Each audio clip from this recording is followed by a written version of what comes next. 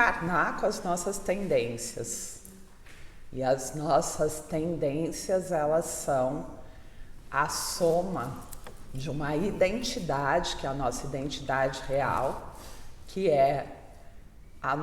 são os nossos psiquismos, né? Então, tudo que eu vibro compõe uma identidade vibracional, né? Que define quem eu sou. Então, o que me define como eu estou, né, no momento, é justamente essa identidade vibracional que são os nossos psiquismos. Então, a gente já encarna com eles, né? A gente já chega aqui em Kali Yuga com eles. E por causa deles, a gente vem para Kali Yuga. Vale a pena lembrar que a gente não está aqui por acaso, né? Então, a gente estudou sobre os psiquismos, a gente entendeu que existem alguns tipos, né, de vibração que são mais fortes. Então, como eu identifico, né? Eu posso olhar para a família que eu venho e dentro da família que eu venho, o que eu já começo a atrair para sentir sensações e manifestar esse meu psiquismo, ou o que o meu psiquismo gera no externo, né? Então, um psiquismo bem comum é o de vítima e algoz. Então, eu sempre atraio pessoas que são bravas, punitivas, são pessoas que têm uma personalidade muito forte, que quando chega perto de mim eu fico com medo, eu acabo sendo atacada ou agredido, né? Simplesmente pelo outro identificar que eu tô fraco, que eu não tenho uma personalidade, que eu não sei me impor. E quando eu identifico alguém que também é mais fraco do que eu tenho uma tendência a me tornar algoz. Então esse é um tipo de psiquismo clássico que a gente vê muito aqui em Kali Yuga, né? De vítima e algoz. É a mesma energia e a gente sempre vai transitar nas polaridades. Então, se eu sou vítima, eu sou também algoz. E a vítima, ela tem uma tendência a usar a sua dor para manipular. Então, a vítima é o pior algoz. É aquele que todo mundo fala, ai, coitadinho, o outro tá fazendo mal para ele tá enganando, ele não faz nada, mas a vítima usa muito da manipulação através desse ser coitadinho, né? Então eu faço o outro se sentir culpado e quando o outro se sente culpado ele me dá tudo o que eu quero. Então eu não tenho força para deixar claro isso, eu faço todo um jogo e no final o outro se sente culpado por me fazer sofrer, por eu estar sofrendo e acaba me entregando muito do que eu quero, né? Eu realmente sinto uma dor, porque eu tenho que sentir essa vibração. Porém, junto com essa dor, eu vou identificar que o que eu tenho mais forte é uma raiva contida. E essa raiva contida, ela é direcionada para o outro na forma de vingança e punição, que é fazer o outro se sentir muito mal pelo meu sofrimento. Veio bastante essa tendência essa semana, mas isso ficou no meu mental. Então, mas a vítima, ela realmente não cria uma ação de resolução. Ela vai ficando dentro daquela energia e depois que o outro dá o que ela quer, o carinho, o amor, pede desculpas ou enfim, identifica que fez sofrer, ela ela relaxa, ela dissolve. Então a gente vai vendo vários tipos, né, de psiquismo, que basicamente é uma tendência que eu já trago. Então, no começo da minha vida, quando eu começo a identificar os desafios, né, de me relacionar no ambiente que eu venho, na família que eu venho, eu já busco uma estrutura de defesa que está muito relacionado com os meus psiquismos.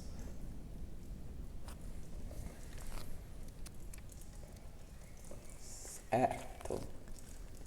Geralmente tem alguém na casa que manifesta o mesmo psiquismo. A gente pode ter mais do que um, sim. Vocês identificam? Qual é o seu, Thales? O meu tem a vítima bastante, o algoz, mas também o abusador e o abusado. O abusador e o abusado. O que é isso? É uma tendência de perceber como eu tiro proveito das situações. Então, eu sou o legalzão, eu sou o divertido, eu sou aquele que faz tudo ficar muito bom e que vou dessa forma me enfiando, né, dentro das situações. E o outro, que muitas vezes é aquele que é certinho, que tem a abundância, que tem a prosperidade, mas que não consegue ter essa atenção, essa leveza, ser popular, que não consegue se relacionar, vai dando espaço para esse tipo de abusador se aproveitar. Então ele entra na sua casa, de repente ele está usando as suas roupas, ele está comendo a sua comida, tudo isso porque o cara é legal. Então existe o abusador legal também, que é muito comum, né? É que o Thales não é o abusador que a gente conhece, então por isso estou explicando. Eu acho que você devia... Então, para eu conseguir ter esse psiquismo do legalzão, eu sou um super controlador das minhas emoções e reações. Por quê? Porque por mais que a pessoa faça coisas que eu não estou gostando, eu fico no legalzão. Eu fico naquele que não. Só que eu estou mirando o que eu quero ganhar. Eu não fico ali por nada, eu fico ali porque eu tenho uma estratégia. Eu sei o que eu vou ganhar daquela situação. E quando eu encho o saco, quando eu me canso daquilo, eu vou para um outro lugar ser legalzão. Mas eu nunca vou criar um conflito, né? Então, para eu poder ser o legalzão, eu não sou alguém que tem que é alguém que de fato é legal. Eu preciso ter uma certa maldade dentro de mim também. Eu preciso ter um olhar muito estratégico, eu tenho que ser manipulador, eu tenho que ser maquiavélico. Eu tenho que conseguir lidar com receber aquelas informações e não reagir a elas. Eu tenho que colocar no mundo uma cara de feliz, enquanto dentro eu estou reorganizando tudo.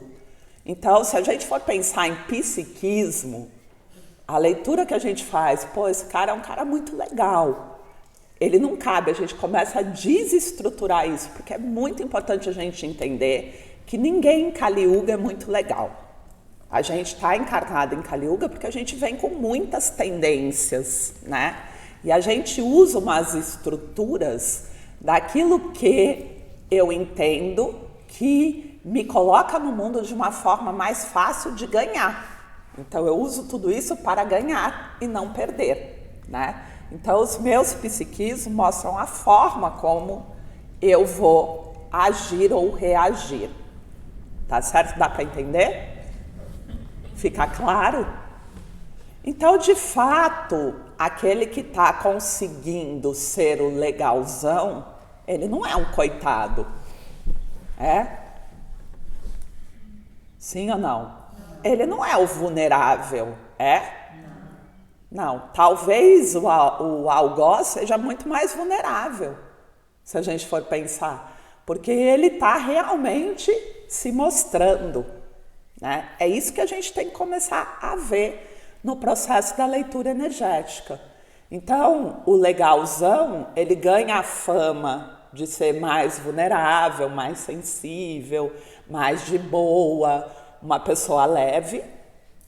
E o outro que não é o legalzão ganha uma fama de mal. Só que quem não é legalzão, muitas vezes é muito menos manipulador. E é aquele que está se revelando, certo? A gente entende que quem se revela não é fácil. É uma pessoa difícil, tem um gênio que é insuportável, mas essa pessoa ela está sendo muito mais transparente e ela está sendo muito mais verdadeira do que aquele que não causa problema, aquele que não coloca para fora o que realmente tem dentro dele, certo? Só que tem uma questão. Para você ser o legalzão, você tem que ter passado por uma experiência com alguém. Um dos pais, geralmente, foi muito severo. Foi aquele pai que não dava chance. Então, você foi criando uma estrutura para a dor. Você foi criando uma estrutura. Qual é a minha estrutura para a dor? Não sentir. Então, eu não sinto a dor. Então, eu tomei tanta porrada que eu criei uma estrutura de defesa para a dor. Então, eu consigo abstrair a dor e ter uma ação necessária para fazer as coisas ficarem boas. E qual é a ação necessária? Eu vou pegar leve, eu vou ser divertido, eu vou contar piada, eu vou ter uma estrutura de quebrar aquela tensão sem me envolver com essa dor. Correto? Sim ou não? Tá, eu criei uma estrutura, só que agora eu vou tirar proveito dela. Eu não vou só usar ela como defesa, eu vou usar ela também como estratégia de ganho. Como é que eu vou ganhar as coisas? Então eu entro no mundo utilizando isso para ganhar. Só que qual é o ponto? Tudo isso vem com base em distorção, tendências vibracionais que precisam ser vistas e curadas. Não foi por acaso que você atraiu um pai extremamente controlador, agressivo, violento, bravo, rígido, né? Foi para que você pudesse entrar em contato com essa sua identidade vibracional. Ok, eu não vejo nada disso, estou no embotamento, estou achando que estou tendo ganhos. Quando eu chego na idade de mais ou menos 24 anos, eu começo aí a manifestar uma realidade adulta na minha vida. E eu começo a atrair consequências dessa minha forma de defesa. Então, o legalzão, o que vai acontecer com ele? Ele vai começar a atrair pessoas muito loucas, pessoas muito descontroladas, pessoas muito agressivas, pessoas muito violentas. Só que ele sabe lidar. Então ele tem uma segurança de que ele consegue lidar com essas pessoas, que ele consegue entender essas pessoas, porque ele não sente. E a pessoa pode surtar, xingar, fazer o que ela quiser. E ele tá de boa, porque isso não vai afetar ele. E ele sabe como driblar essas situações, que são situações conflitantes e complicadas. Então ele começa a atrair o quê?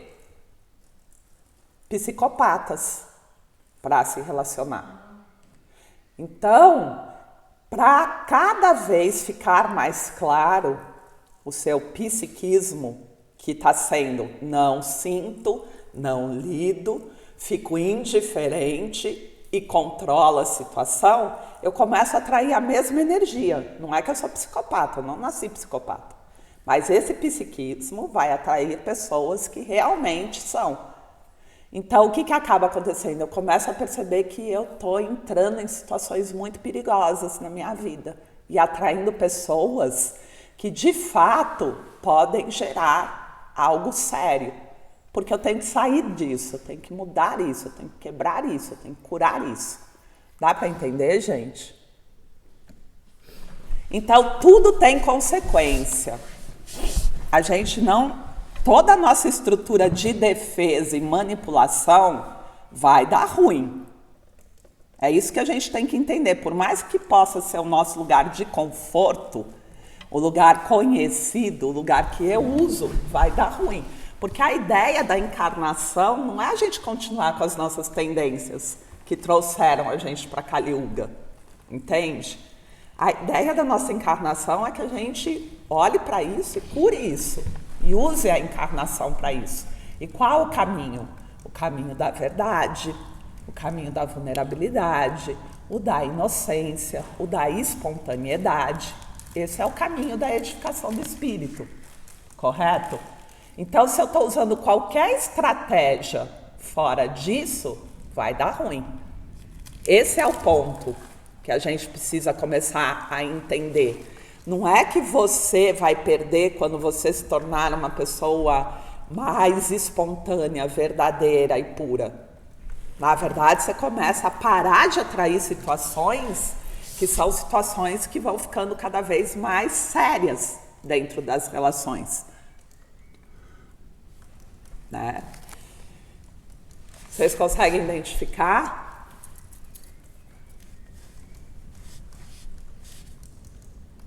Vocês conseguem identificar? Não. Vítima é um algoz, porque ele tem uma estratégia também. É aquele que entra no mundo se queixando, reclamando, e ele está sempre mostrando o quanto ele é coitado, o quanto ele está sofrendo. Você nunca viu aquelas tias que sempre vêm contar a história de me fizeram mal e não sei o quê, e eu fiquei casada há tantos anos, e ele foi assim, ele foi ruim, ele não... É diferente do submisso. A vítima usa esse ser coitado para tirar proveito das situações, quando as pessoas têm pena dela. Compram a ideia dela de que ela é uma coitada, ela está sendo bem algoz.